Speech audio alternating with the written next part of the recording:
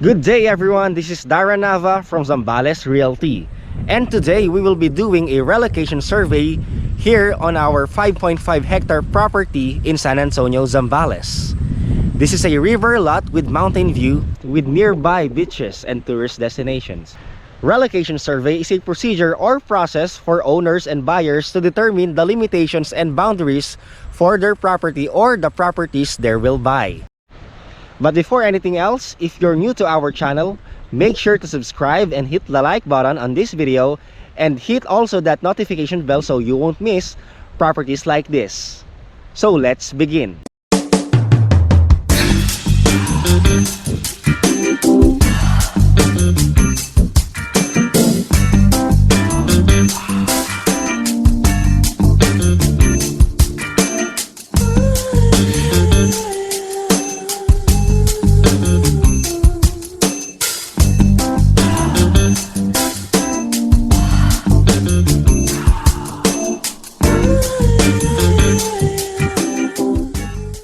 Hi, I'm Dara Nava from Zambales Realty, and I'm happy to meet you on our channel, where I'm introducing you to the best properties for sale in Zambales. Zambales is known for its natural wonders, but it is also a place where commercial and social activities never stop, be it summer or rainy season. Is that all?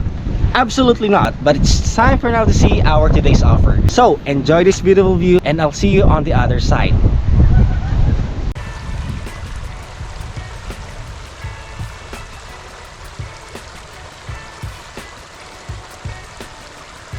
Have you ever seen someone in a hard hat with a tripod and strange looking stick standing by the side of the road or a property?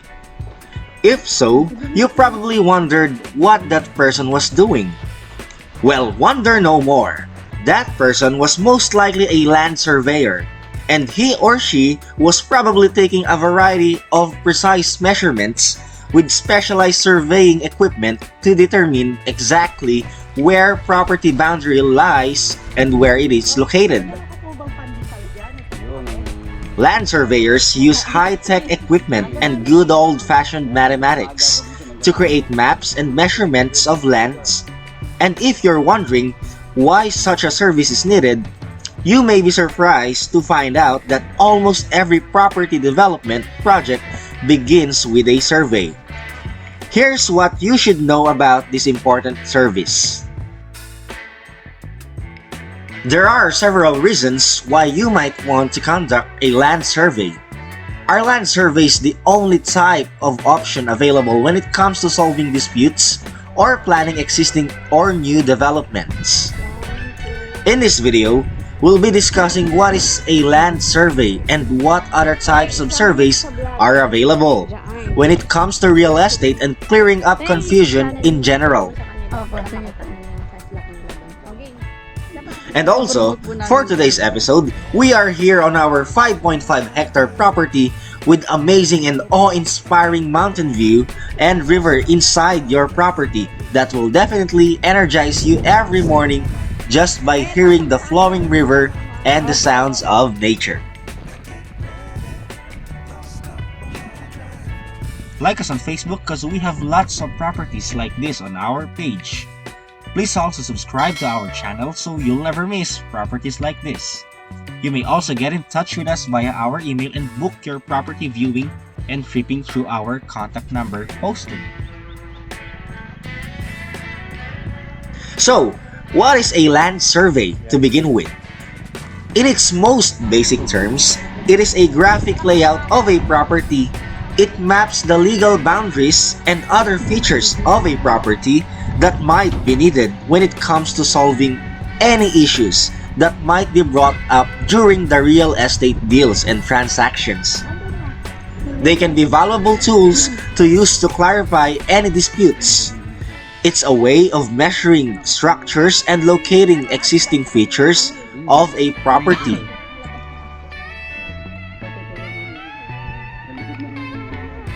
Why do we need to get a land survey? Land surveys aren't always required in real estate transaction, but they can be useful for solving any issues or ongoing disputes. that might occur between the buyer and the seller of the property. Now, going back on this property, since this is already sold, we are now conducting a relocation survey. Now, what are relocation surveys and its purpose? Well, just like other types of surveys, relocation surveys involve the precise identification of established land and its corners.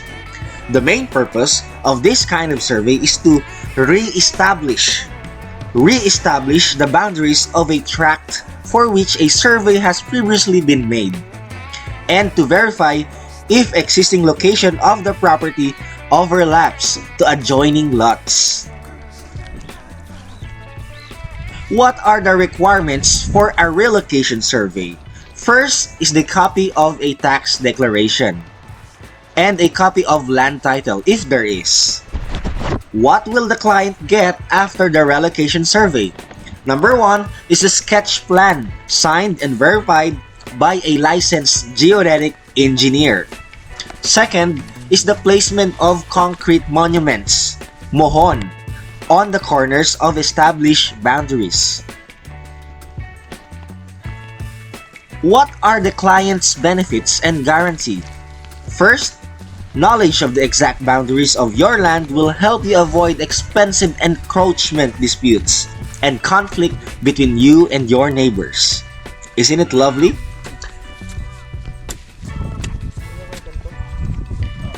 Second, guaranteed precision of land measurements using state-of-the-art technology and equipment. So these are the benefits and guarantee one will get on a relocation survey or in other types of survey. What are other types of surveys? Number 1 is the subdivision surveys.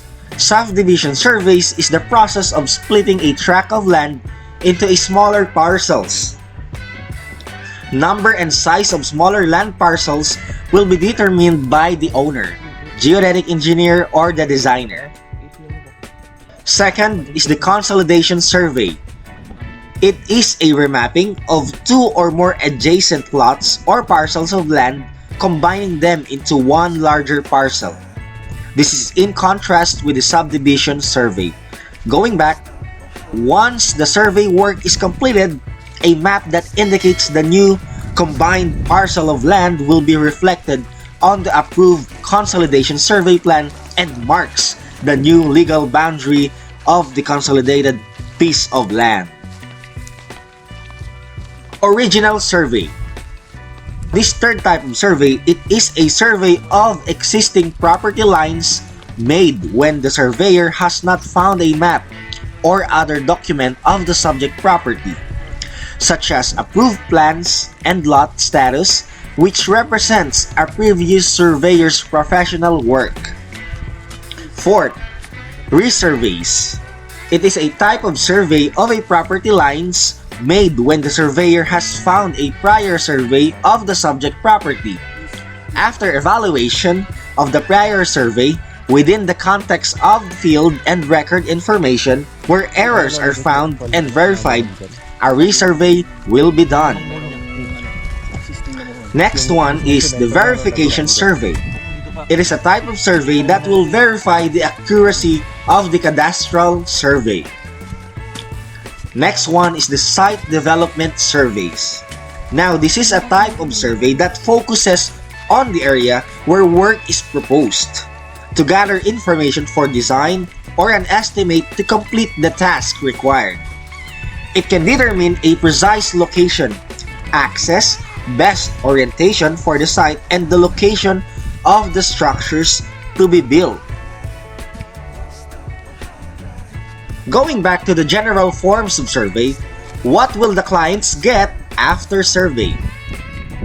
One is the sketch plan signed and verified by and only a licensed geodetic engineer, which we have one in Zambales Realty. Second, technical description signed and verified by a licensed geodetic engineer once again.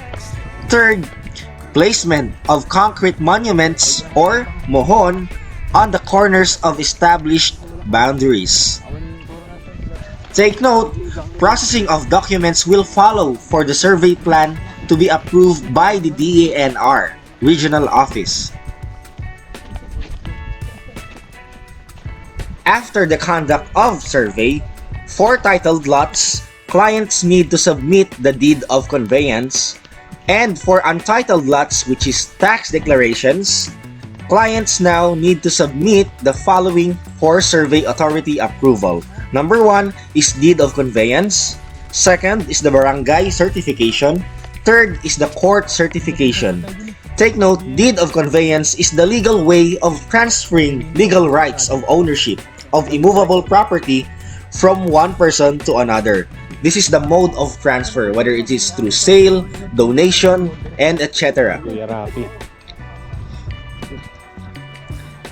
And upon approval of a survey plan, clients will receive the following documents, which is one of the requirements for the land title application.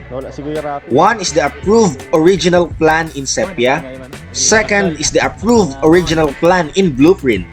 Third is the technical description of the approved original plan. So these three are the requirements once you applied for the land title application of your recently surveyed property, whether it is subdivided or consolidated. Ano lang po, ganun-ganun lang yung mga puno-puno lang yun. Like us on Facebook because we have lots of properties like this on our page. Please also subscribe to our channel so you'll never miss properties like this. You may also get in touch with us via our email and book your property viewing and flipping through our contact number posted. Here are some reasons why you might want to get a land survey. First is to resolve boundary issues. Boundary issues can often be a common reason as to why land surveys are conducted when there are disagreements over where one person's property begins and ends. It's important because every square meter can count when it comes to making money on a property as a seller. Second, pinpoint plot size and price. With land surveys, being able to know how big a plot size is can help dictate the price of the property. As a result, it can be a great way to negotiate when it comes to buyer who want to try or bargain if the plot is smaller than what it's being listed. It can be a great advantage for individuals who are planning to buy a property. Next one is build a new home. If you're in the position to build your own home, then it's a good idea to conduct a land survey. It can help find places where you can build the main structure or perhaps establish the location of the drainage system. What to look for in a land survey? When it comes to getting a land survey, you want it to include the property's boundaries and any improvements that could be made as a result. Any setbacks and restrictions that the property has will also need to be identified through this survey, and whether it's on a floodplain or not, just like in this property with a body of water to which a 3-meter easement from the river is needed to be indicated in the survey. And just a short trivia, easement is a grace distance from the body of water to your property. You cannot build a structure or own the land that is within that easement area. In case here in the Philippines, for small bodies of water like in this property, a 3-meter easement is a standard, and whereas to the larger bodies of water such as ocean, lakes, and big rivers, there is a 20-meter easement from the body of water that is required. Meaning, you can only own a waterfront property given that it is a 20 meters from the major body of water, like that of the ocean and other waterfront, beachfront properties.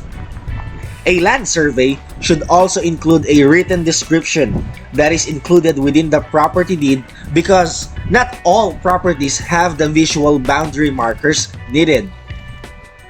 How can we help?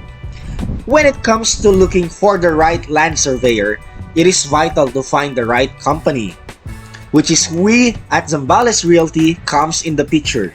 With over years of experience in the industry of real estate, legal, and engineering, you can guarantee nothing but the best, whether you need one individual to survey or multiple.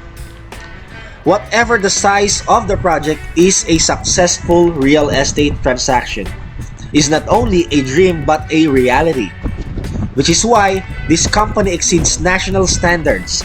With innovative management and state-of-the-art technology, you can expect efficiency, consistency, and accuracy with all our services. Land surveys are an essential part of real estate transaction, where certain disputes or inquiries require a solution. Whether it is a commercial building or a new home, it can be handy to have one of these surveys conducted to help solve problems that could delay the process or hinder any opportunities for a successful sale on a property. If you're looking at getting a land survey, assess what is needed and required so that you can pick the right survey for a specific property or project.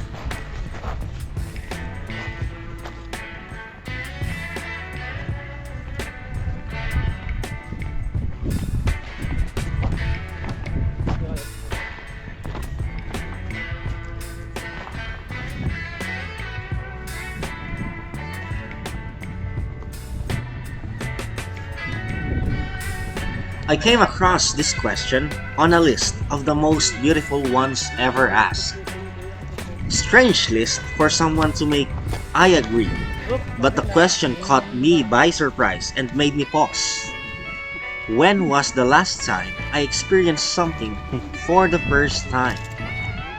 In no particular order, I started listing off my first times in my head. There was the first time, my first date, my first day of school, the first day at a job, driving a car, swimming in the ocean. There was the first time I ran a race, the first time I have finally found a place to settle down, a place I called home. And our journey for today takes us to this perfect paradise that is first time to be seen only here in Zambales Realty. So let's begin.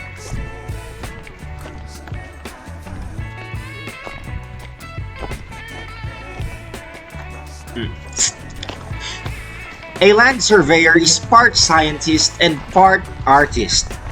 This individual researches what the recorded boundaries are for each inspected property. This research helps the land surveyor know how to read the land and establish justifiable survey markers. As land surveyor, the individual does more than just to demarcate property boundaries and measure the size of a residential or commercial site. They also inform real estate developers about where utility lines, roadways, and existing buildings are located in relation to the focal property. Additionally, they determine where mining claims exist. The surveyors add all of this information, including soil conditions and land easements, to a map so that their findings are permanently recorded.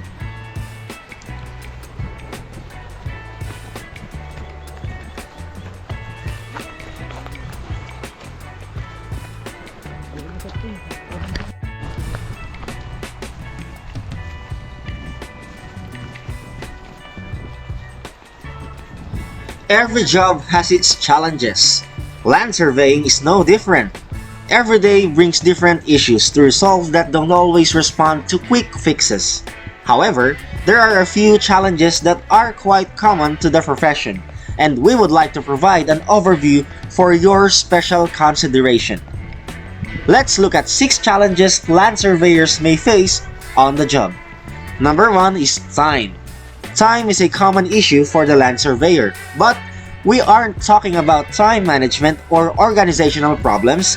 Instead, the vast amount of time some owners hold rural properties can present a challenge for the surveyor.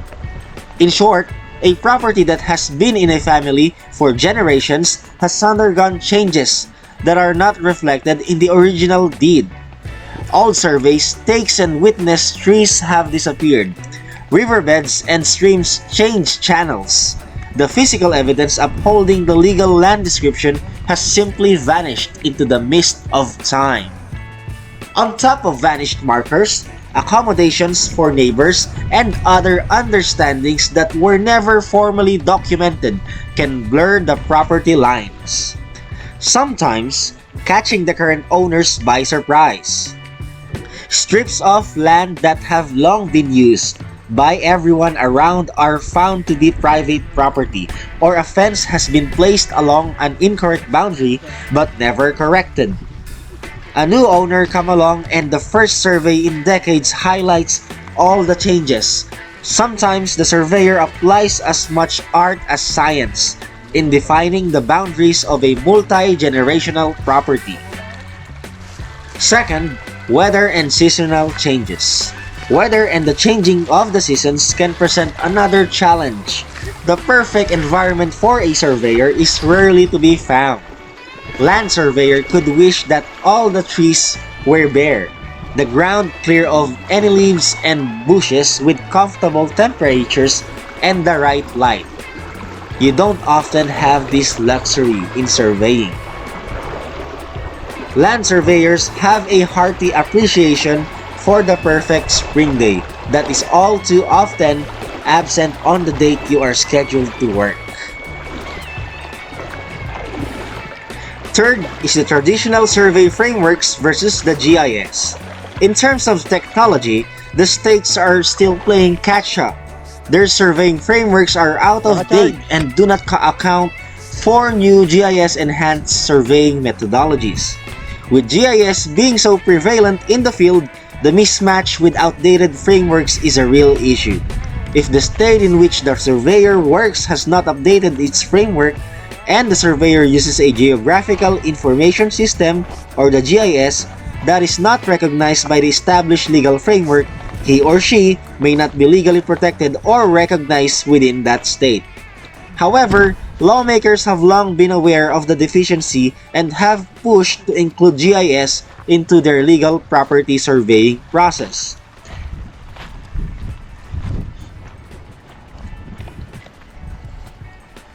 Next is the issue of as-builts. As-builts are pre-construction drawings that establish a record of the size, shape, and location of structures and improvements on surveyed properties. Unfortunately, during the construction process, building contractors may disregard or amend as-builts. Contractors are normally responsible for combining final property drawings from surveyors into a thorough as-built, although many fail to do so. They either don't know how to make a usable as-built or believe the task isn't worth the effort. Other contractors either fail to understand the project's requirement or postpone the as-built procedure until construction is completed. Last one is adverse possession and paper streets. According to the legal framework of that time, the original developers of older neighborhoods may have been forced to submit a design for every inch of the property before gaining construction permits. And this approach gave rise what are we known as paper streets, or streets that start on paper but never became built. After the survey or after the community construction is completed, the developers may not require all of the planned streets or alleyways and hence do not construct the highways as marked on the original plans.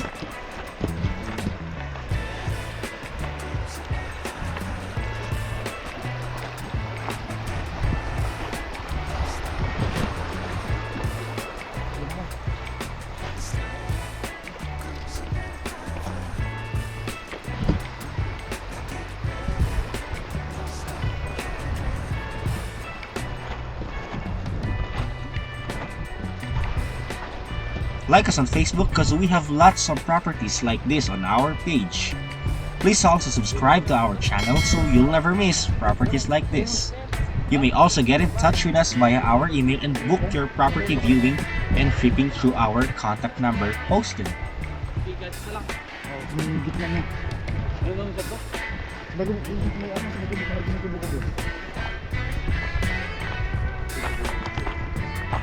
Surveyors play an integral role in land development, from land subdivision planning and design to the final road, utility, and landscaping construction. Surveyors are the first people to calculate and chart the land on any construction site. Then architects use these key measurements to understand and make the most of the landscape while designing, and engineers to plan structures correctly and safely, ensuring that buildings not only fit in with the landscape but can be constructed. In order to be visible to those standing on or near the property, it is important to mark the boundaries on the surface. It is also intended to provide the evidence required by the title insurer to exclude some default exceptions to coverage and thus provide extended coverage for off-record title issues, including issues that would be discovered through an objective survey. Most property in previous surveys, names, easements, and wildlife crossings has significant problems with incorrect bounding and calculations. Also, many assets are produced over the years from multiple divisions of a larger piece, and the risk of miscalculation increases with each additional division. The result may be properties that do not coincide with adjacent parcels, leading to gaps and overlaps. A licensed surveyor is the only person legally allowed to conduct a survey to mark your property's boundaries. A licensed surveyor must identify the land boundaries and should provide a certified plan on request that ensures that the project has been successfully completed.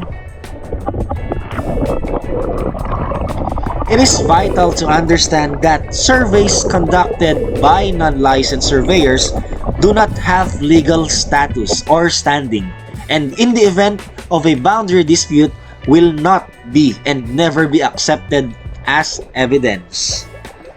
The risk is not worth it, so make sure that you only use or hire a licensed professional to track your property.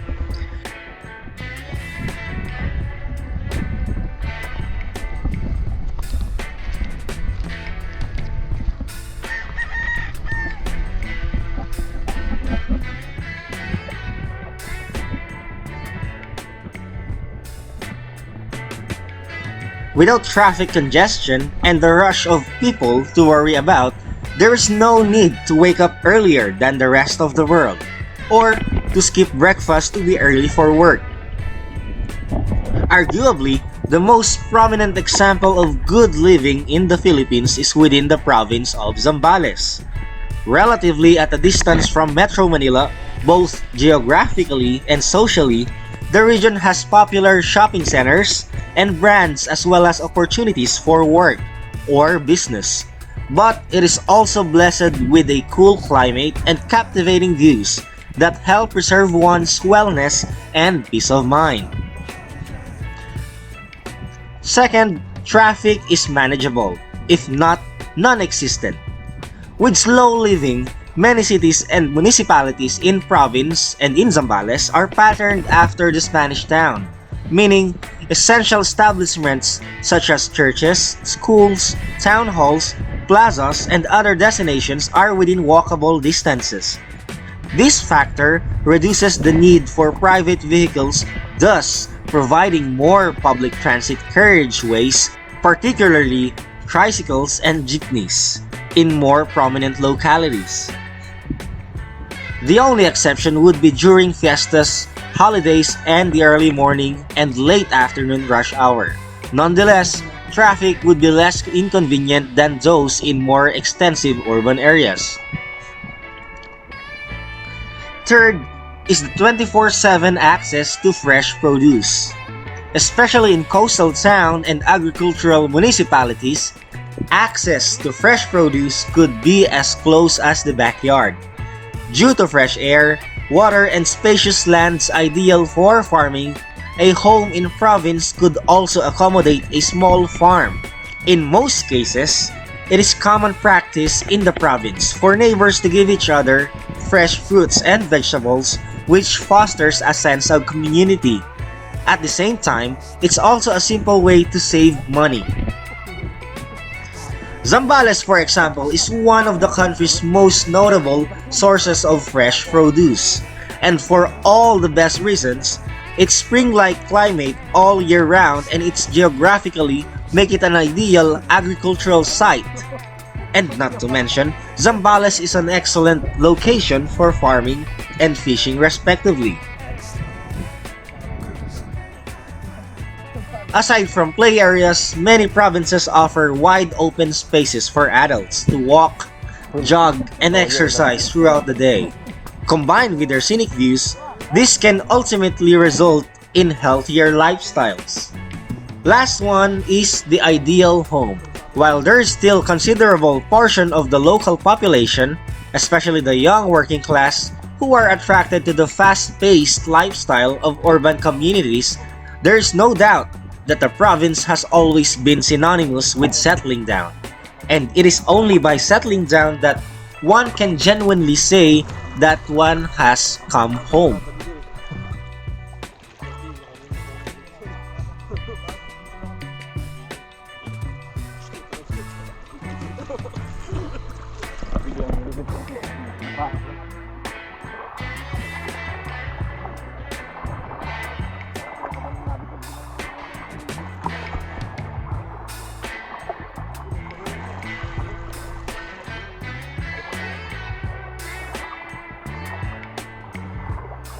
There are three takeaways we have for today's episode. One is the importance of availing the services of a licensed surveyors. Second is how majestic and magical are the real estate properties in Zambales. And lastly is that when buying a property, make sure that it's Zambales Realty so you can safely and securely purchase properties of your dreams.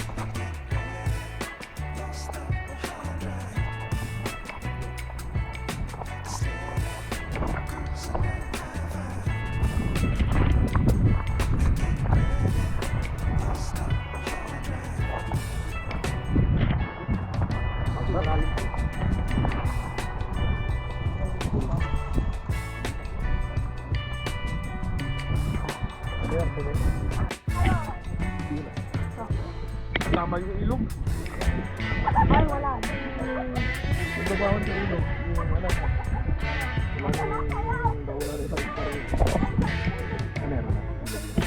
Zambales Realty also offers engineering services such as relocation, subdivision, segregation, topographic original survey, hydrographic survey, construction survey, parcellary survey, cadastral survey project, and many more. We also offer documents processing such as titling services for transfer and original certificate of title.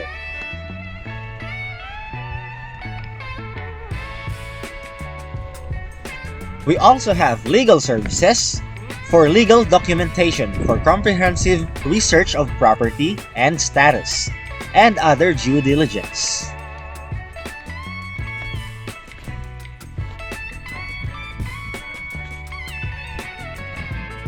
Leave a thumbs up if you like this video and don't forget to subscribe so you'll never miss an offer like this, cause we're always on a lookout for best property deals to share with you. Stay safe.